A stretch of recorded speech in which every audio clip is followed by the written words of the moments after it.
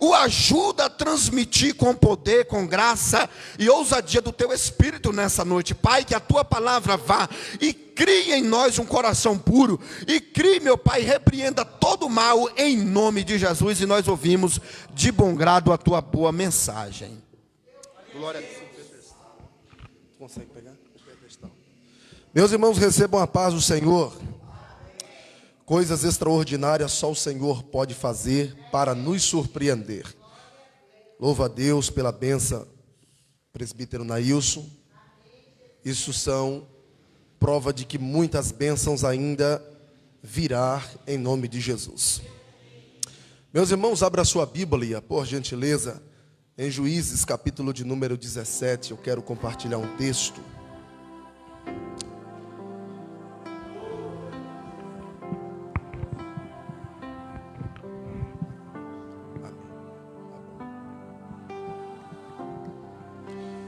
Juízes, capítulo de número 17. Quero compartilhar um texto. Esse texto, enquanto o presbítero Nailson estava ministrando, se não me falha na memória, no domingo passado, e o Senhor bradou fortemente no meu coração acerca desta palavra, e também está direcionado de acordo com o que ele havia ministrado, e eu disse: olha, esse negócio aí é de Deus. Juízes, capítulo de número 17, vamos fazer menção ao texto bíblico, a partir do capítulo de número 17, verso de número 1. Diz assim a palavra de Deus: havia um homem da região montanhosa de Efraim, cujo nome era Mica, a qual disse à sua mãe: os 1.100 ciclas de prata que te fora tirado, por cuja causa deitava maldições, e que também me falaste, eis que este dinheiro está comigo. E eu o tomei. Então lhe disse a mãe: bendito do Senhor seja o meu filho. Assim restituiu as 1.100 ciclas de prata à sua mãe, o qual disse: de minha mão dediquei este dinheiro ao Senhor, para meu filho, para fazer uma imagem de escultura e uma de fundição, de sorte que agora eu te devolvo. Porém, ele restituiu o dinheiro à sua mãe, que tomou 200 ciclas de prata,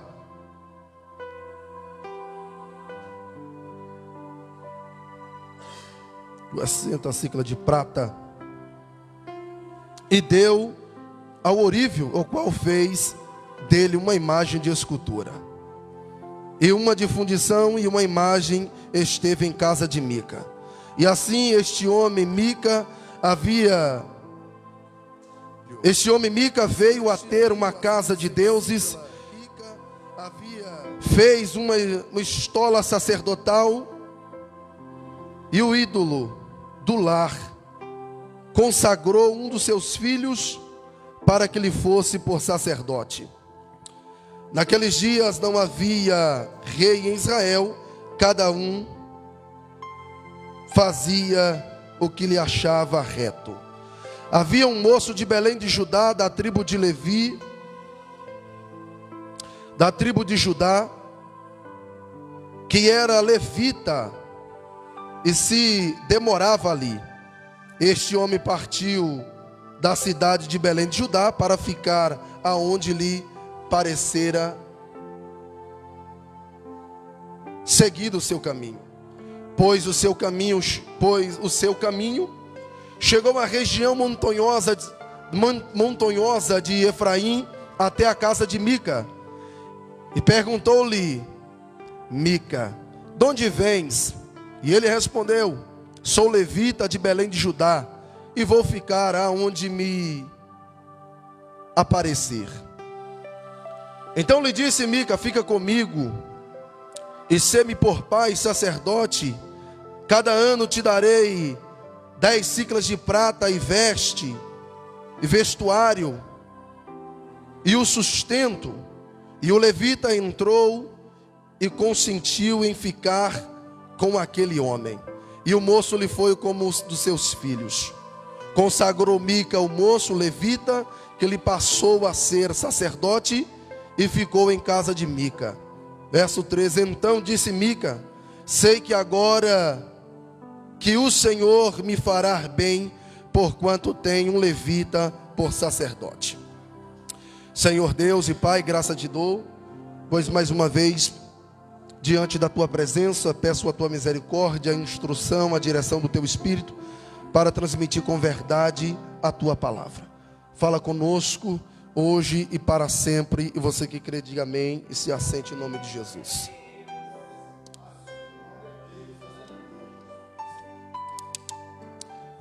Meus irmãos, nós estamos diante de um texto bíblico conhecido como o período dos juízes. E esse texto especificamente vai relatar a história de um levita de Belém de Judá e de um moço por nome de Mica, que morava nas região montanhosa de Efraim. Olhando para esse texto, entre de Belém de Judá, conhecido como a casa do pão, para a casa de Mica, a casa dos deuses. Quando nós olhamos o percurso bíblico, uma vez que Deus chamou Moisés para governar, guiar, instruir o seu povo, pois Deus fazia os sinais por meio do profeta Moisés. Moisés, pois, logo após a sua velhice, já estava se findando o seu ministério, Moisés vai instruir e capacitar um moço por nome de Josué, melhor dizendo. Josué agora é o sucessor de Moisés, o que vai dar continuidade à história do povo, pois Moisés não entraria mais na terra, mas agora Josué entraria com o povo de Deus. E é interessante que quando Moisés morre, Josué, que ia herdar a terra com o povo de Deus, o Senhor Deus agora vai animar e fortalecer o coração de Josué. Quando a palavra de Deus diz, no capítulo de número 1, versículo de número 7 de Josué, dizendo: tão somente esforça-te, ser muito corajoso, para ter o cuidado de fazer segundo toda a lei que o meu servo Moisés lhe ordenou. Deus vai dizer: olha, ô Josué, assim como eu fui com Moisés, eu também serei contigo. Assim como eu instruí Moisés, assim também as leis que foi dada a ele vai também te instruir para o que tu deve fazer acerca deste povo. Porém é interessante que entre altos e baixos da vida de Josué, filho de Num, entre guerras e batalha, findando já o seu ministério, Josué chega a uma conclusão no capítulo de número 24 do seu livro. Josué vai se levantar diante do povo e vai dar o seu último discurso, quando ele reúne as tribos de Israel. E o discurso que Josué vai dar está no capítulo 24, verso de número 14, dizendo: agora, pois, temei ao Senhor e sirvam com integridade. Quando Josué vai dar esses discursos acerca das suas últimas palavras e instruções acerca do povo, Josué estava dizendo: meu povo, povo do Senhor, dai ouvido à sua lei e às suas instruções, pois assim como os nossos antepassados habitaram da além do Eufrate, e o Senhor agora vos trouxe para esta terra. E eu vou lhe dizer uma coisa: se vocês ainda servem a Deus, sirvam com integridade. Porém, se vocês querem servir a Baal, a Astarote, vocês sirvam. Mas eu já estou decidido, eu e a minha casa já nos decidimos em nos servirmos ao Senhor. Josué está dizendo: eu já não me preocupo mais com a vida de vocês. Vocês que andar de qualquer jeito, vocês andem, mas a minha casa vai continuar de acordo com a lei de Deus ensinou. Agora Josué morre. Josué não deixou alguém que pudesse substituir a sua vida após a sua morte. Não havia alguém que pudesse dar altura de Josué, pois Josué não instruiu ninguém para poder dar continuidade ao povo. Agora entra o período teocrático, que é o período dos juízes. Deus vai governar por cima e os juízes vão governar por baixo. E é interessante que Deus levanta homens, Deus levanta mulheres, Deus capacita o povo, Deus envia o povo, mas mesmo assim o seu povo andava em rebeldia. E olhando dentro dessa descrição bíblica, o capítulo de número 4, verso 1, o capítulo 6, verso 1, o capítulo 13, verso 1 e o capítulo 21, verso 25, a Bíblia diz: pois não havia reis em Israel, e o povo fazia conforme o que lhe apraz, o que dava vontade no seu coração, o que lhe vinha ao seu pensamento, o povo fazia. O povo não aceitava a liderança dos juízes e se desviava, fazendo conforme a vontade e os desejos do seu coração. Mas é interessante, pois Deus levantando ainda o período dos juízes para governar este povo, um povo que se desviava por causa da idolatria, por causa da rebeldia, mas Deus não abandonava o seu povo. O povo sempre virava as costas para Deus, e Deus sempre enviava alguém para dizer: não, foi vocês que enviaram, oh glória, se voltaram com as costas para mim e não eu para vocês. E quando nós olhamos a história dos juízes, é um dos livros lamentável à luz da Bíblia.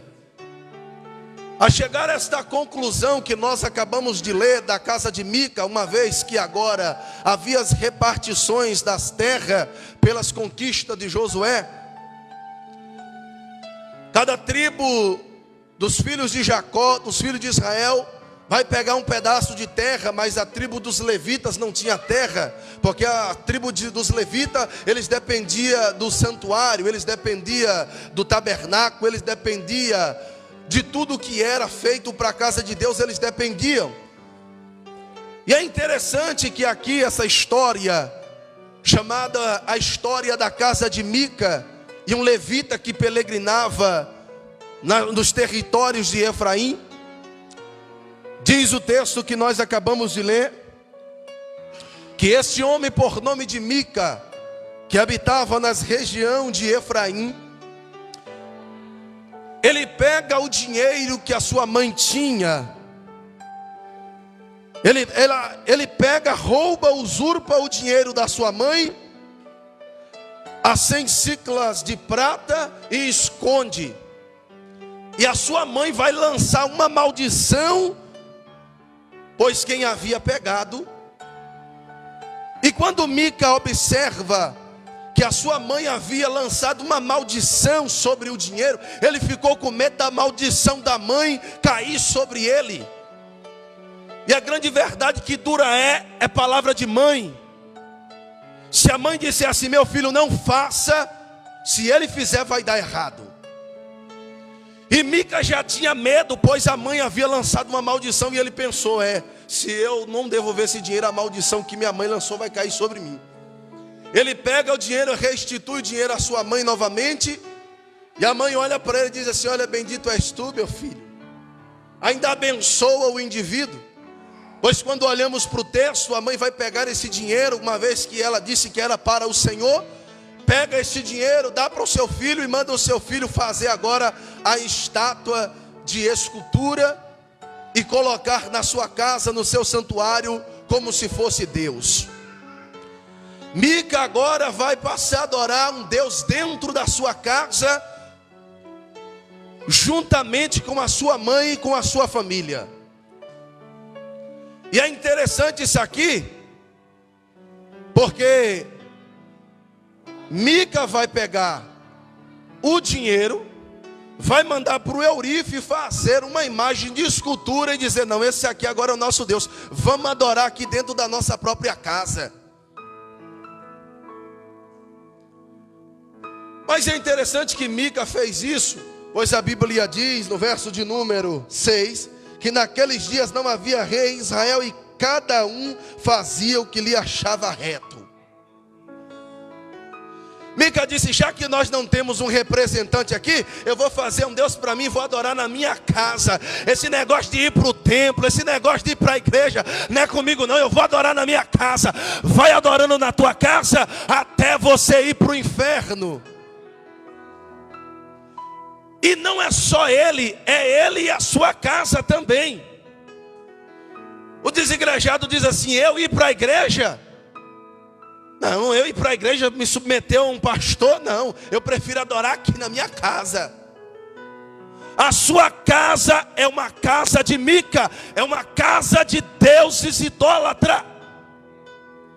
Na casa de Mica não tem presença, na casa de Mica não tem milagre, na casa de Mica não tem cura. Mas quando nós chegamos no templo, Jesus cura, Jesus salva, Jesus liberta, porque não há nada impossível para Ele.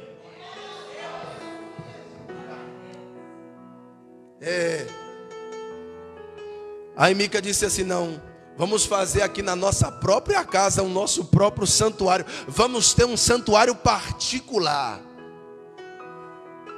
Aqui na nossa casa a gente prega, mas tu prega sem unção. Aqui na nossa casa a gente canta, mas canta sem unção, porque é uma casa de idólatra. Confesse a Jesus que é a dureza do seu coração em não aceitar a liderança que Jesus constitui na terra. Quem não se submete à liderança resolve fazer como Mica: não, eu vou adorar na minha própria casa. E sabe o que é interessante? Que por causa desses dias, a Bíblia diz que veio agora um levita de Belém de Judá, peregrinando nas territórias, nas campinas de Efraim. E sabe o que é interessante? É que o levita vai sair da casa do pão e vai peregrinar fora. Ele vai peregrinar fora. Ele vai deixar a sua tribo, ele vai deixar a sua origem para peregrinar fora. E quando ele chega nos territórios de Efraim, na casa desse moço por nome de Mica, Mica olha para ele e diz assim: o que tu está fazendo aqui? Ele diz: não, eu estou apenas procurando um lugar de conforto, ou uma casa para morar. Aí Mica olha para ele e disse assim: já sei o que é que eu vou fazer com ele. Aí Mica disse, olha assim para ele assim: já que tu é um dos originais de lá da tribo, fica aqui comigo. O que eles não te davam lá, eu te dou aqui. Te dou veste, te dou dinheiro. Eita glória, ainda te dou moradia. Mica aqui representa o diabo, rapaz. Quando você sai da igreja, quando você sai do lugar de alimento, ele olha para você lá, eles não te valorizavam, mas aqui a gente te valoriza. Isso se chama laço do diabo. Aí Mica olha para ele e diz assim: olha, não, fica aqui comigo aqui. E fica tranquilo, lá tu era um levita lá, né? Não, aqui fica tranquilo, aqui tu já é um sacerdote. Mica não pergunta nem qual é o seu nome, nem a sua origem. Ele diz: não, eu sou um levita. Aí Mica: não, tu não é mais não, agora tu é um sacerdote.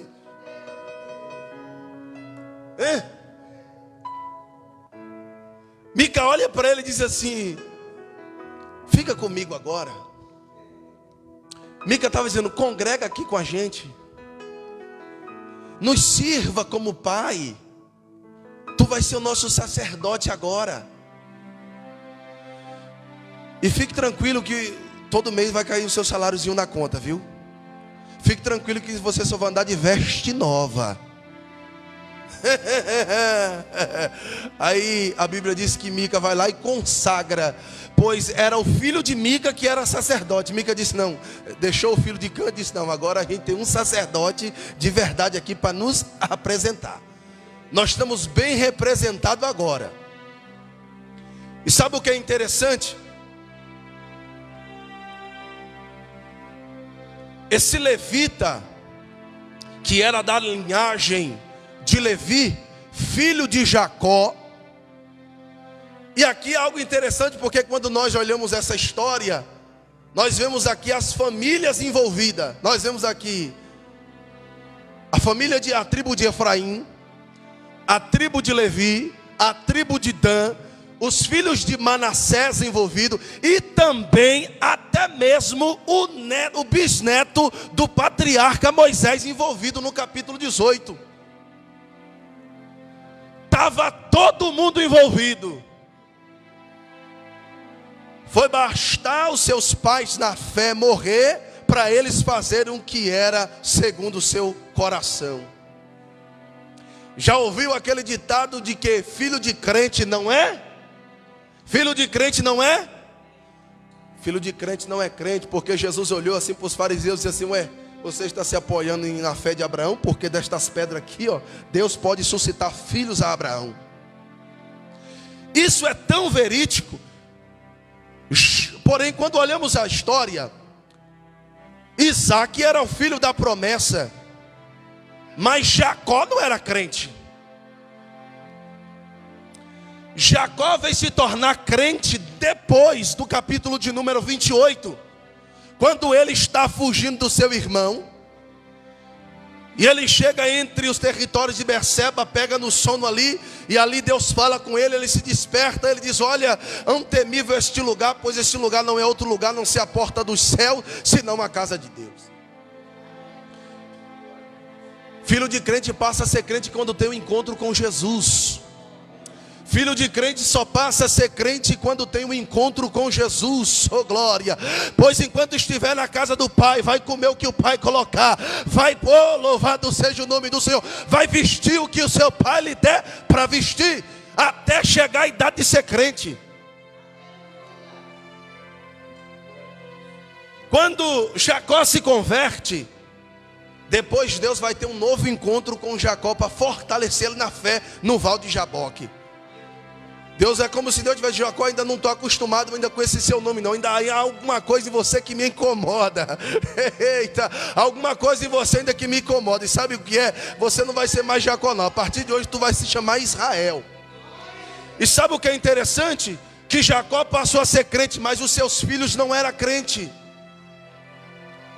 Rubem não era crente, Levi não era crente, Simeão não era crente, Dan não era crente, nenhum deles era crente. O único que poderia se salvar era José e Benjamim. Benjamim porque ele era ainda pequeno, era novo. E José porque estava no Egito e chegou à conclusão e dizer: meus irmãos, não chore mais não, fique tranquilo, porque pois para a preservação da vida foi que Deus me enviou adiante de vós. Não chore mais, não se preocupe não. Mas quando olhamos o capítulo de número 49 do Gênesis, Jacó chama os seus filhos e diz assim: olha, está na hora de vocês ser crente, deixa eu liberar as bênçãos de Deus sobre vocês. Isso é tão verídico, que quando nós olhamos para Jó, capítulo 1, verso 5, a Bíblia diz que Jó sacrificava nas madrugadas a Deus pelos seus filhos, se porventura Jó pensava: se por um acaso meus filhos pecar contra Deus, Deus vai ver o meu sacrifício. Mas quando olhamos o capítulo 3, versículo de número 5, Jó diz assim: puxa, o que eu mais me temia, isto me aconteceu. Era Deus dizendo: Jó, você era crente, mas os seus filhos não eram. Você é crente, mas eles não são. E quando nós olhamos a história de Davi, Davi passou a ser crente a partir do momento que Saul foi ungido rei de Israel, começou a desobedecer a Deus. Deus disse assim: deixa esse desobediente para lá, porque eu já achei alguém melhor do que ele, que executará fielmente toda a minha vontade. Era Deus dizendo: Saul, você era crente enquanto você estava comigo. Depois que você me abandonou, deixou de ser crente. Deus já havia preparado alguém para substituí-lo. Quando olhamos os filhos de Davi não eram crentes, mas Davi era crente. E sabe o que é interessante? Se você é crente, e se você olha para os seus filhos, ele é a futura geração do que será representado por você amanhã. Alguém olhará e dirá assim: rapaz, esse menino aí é filho de crente, porque a mãe dele é crente, o pai dele é crente, e seremos representados por eles no futuro de amanhã. Mas quando olhamos esse contexto bíblico, é interessante que Mica olha para o levita e diz: olha, agora tu vai passar a servir aqui na minha casa. Tu veio peregrinar aqui porque lá não teve espaço para você, lá não teve oportunidade, não te deram muita oportunidade. Mas fique tranquilo, que aqui nós vamos cuidar de você. Ele era da tribo de Levi e conhecia que Deus abominava a idolatria de deuses estranhos e culto a deuses pagãos. Pois um dos mandamentos do Senhor em Deuteronômio capítulo 20 vai dizer que não terás outros deuses diante de mim, e também não fará outros deuses diante de mim. É não ter e não fazer. E o levita, sabendo disso, mas por causa do dinheiro, por causa da oferta que lhe ofereceram, por causa da roupa que lhe ofereceram, e ainda de uma moradia, ele disse: não, eu prefiro ficar aqui.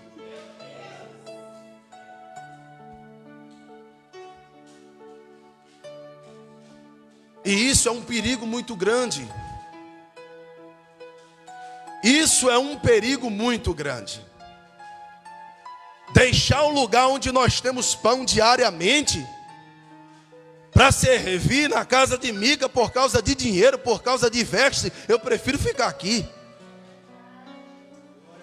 Quando olhamos Elimeleque, ele saiu para peregrinar com os seus dois filhos, Malom e Quilion, e a sua esposa Noemi, saíram de Belém de Judá, da casa do pão, e foram peregrinar nas campinas de Moabe. Mas ele não durou muito tempo não. Ele morreu e os seus dois filhos morreram, e ficou apenas só a viúva Noemi. Sabe o que é isso? Todos que saem da casa do pão de Belém de Judá vai morrer. Isso se não voltarem enquanto há tempo. O levita estava lá, mas ele estava morto. Ele já estava morto, ele não sentia mais nada. Ele só estava ali apenas porque Mica lhe oferecia o dinheiro, o sustento, moradia e veste. Eu vou lhe dizer uma verdade. Tem gente que olha para mim, olha para você e diz assim: mas você vai para a igreja, você pula, você canta, você roda, você chora, você sobe monte, desce monte, mas parece que a sua vida não muda, você só anda enfermo. Mas fica tranquilo, oh glória, louvado seja o nome do Senhor. Mas olha para a sua vida, oh louvado seja o nome do Senhor. Olha quem te sustenta, olha quem te livra do laço do passarinheiro, olha quem vive o sobrenatural, olha quem conta testemunho de verdade, sem mentira e com integridade. Não precisa bajular ninguém, não precisa passar por cima de ninguém, porque nós sabemos que nós servimos a um Deus grande que nos surpreende em mínimos detalhes.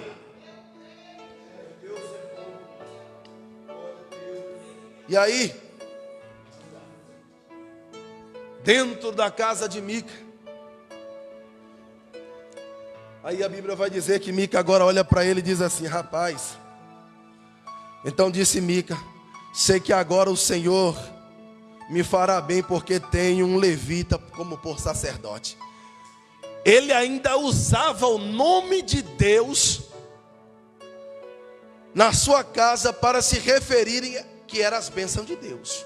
Eu vou lhe dizer uma coisa: nem toda a bênção que vem é Deus que abençoa, não. Porque o diabo também sabe dar veste boa. O diabo sabe também, oh glória, dar uma conta boa. O diabo sabe também dar o que os nossos olhos desejam. O diabo também sabe dar. o diabo também sabe dar. E na casa de Mica, eles usavam o nome de Deus para se referir à imagem. E isso aqui é um problema muito grande, porque existem muitos lugares por aí que é a casa de Mica. Existem muitos ministérios por aí que é a casa de Mica. Não se preocupa se o camarada é casado, se toma santa ceia. Não se preocupa se ele está brigado com alguém, se caiu por ali de paraquedas e já vai colocando para pregar. Pelo amor de Deus, vigie com isso. Vigie para que o seu ministério não seja uma casa de Mica. Tem ministério por aí que é casa de Mica. Não se importa com a vida do indivíduo, vem como está e permaneça como está. E isso nós temos que tomar cuidado. Por isso eu amo o ministério da Nova Aliança. Se permitindo Deus, eu não quero sair daqui e nunca em nome de Jesus. Porque quando o camarada entra aqui, o pastor pergunta: da onde veio? Aonde esteve? Com quem andaste? E o que tu tem para apresentar que tu é tu mesmo? Hã?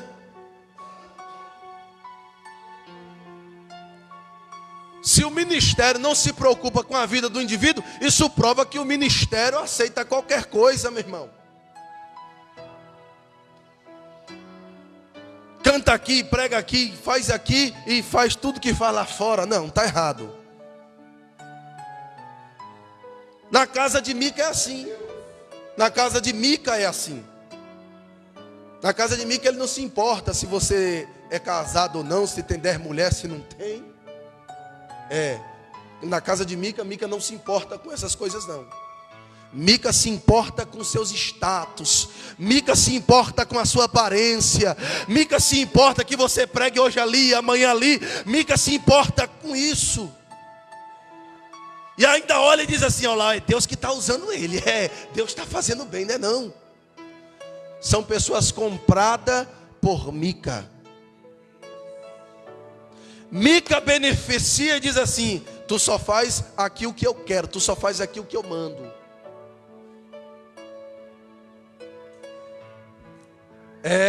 Na casa de Mica é assim.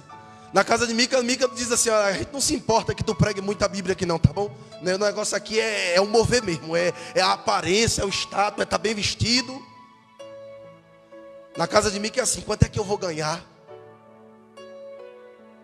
A casa de Mica funciona assim.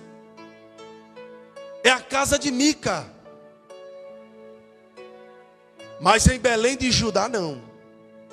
Em Belém de Judá tem uns olhos olhando como chama de fogo, dizendo: se tiver errado, leva para fora do arraial. Se estiver errado, tira de cima do altar. Se estiver errado, despide a ela glória, tira ele da sua túnica, tira ela das suas vestes, porque não merece.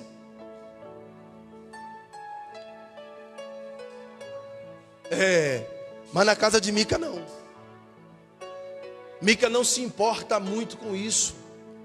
Mica não se importa muito com culto de oração. Mica não se importa muito com esse negócio de escola dominical. Não. Mica não se importa com isso.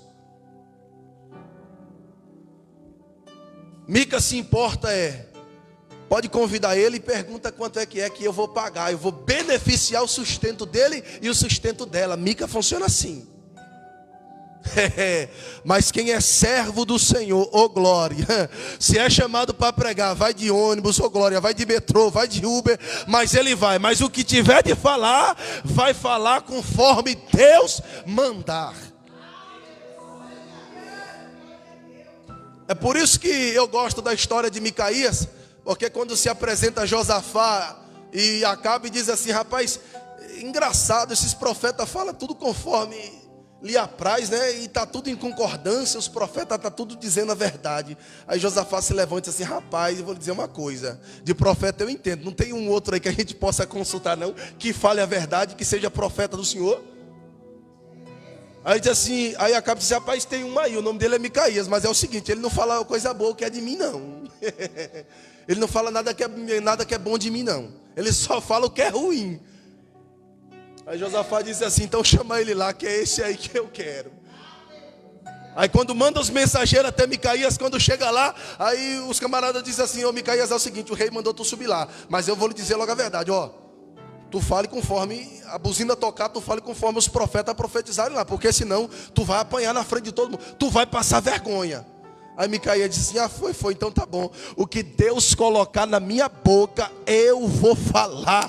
Você querendo ou não, o que Deus colocar, eu vou falar. Porque o que é pecado, continua sendo pecado. Pois o que é santo, continua sendo santo para sempre. Mas a verdade tem que ser falada.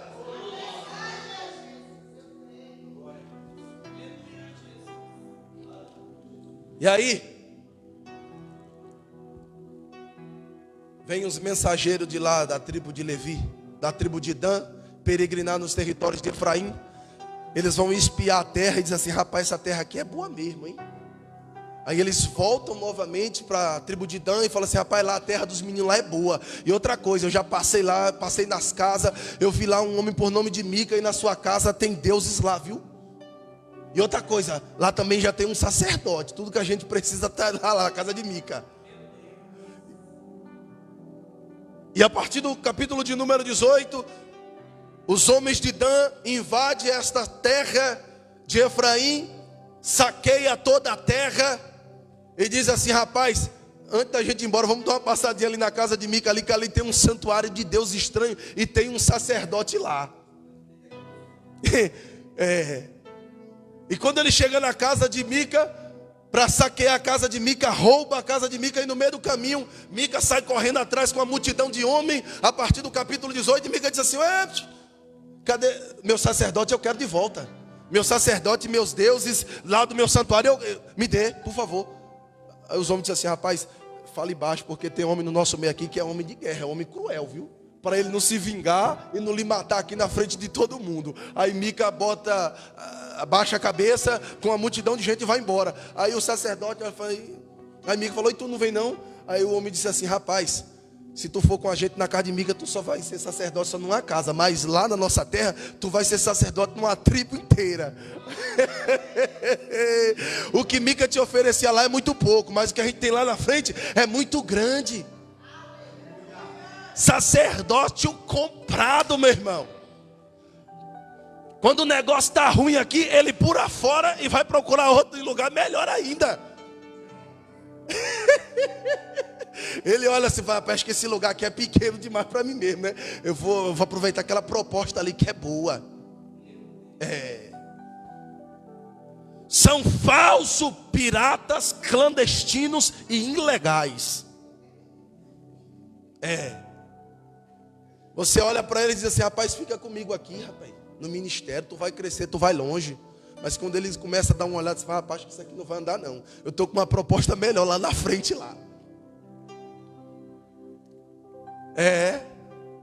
Quando vê coisas melhores, abandona e corre lá para frente. E aí é que está o grande problema. Vive à base do que as pessoas podem lhe oferecer. Viver à base de oferta de outros, por não pregar o que a Bíblia ensina, por não falar da verdade da palavra. Porque é beneficiado, me perdoe Jesus, com um terno. É beneficiado, porque não, fique tranquilo, porque lá a minha oferta lá está garantida.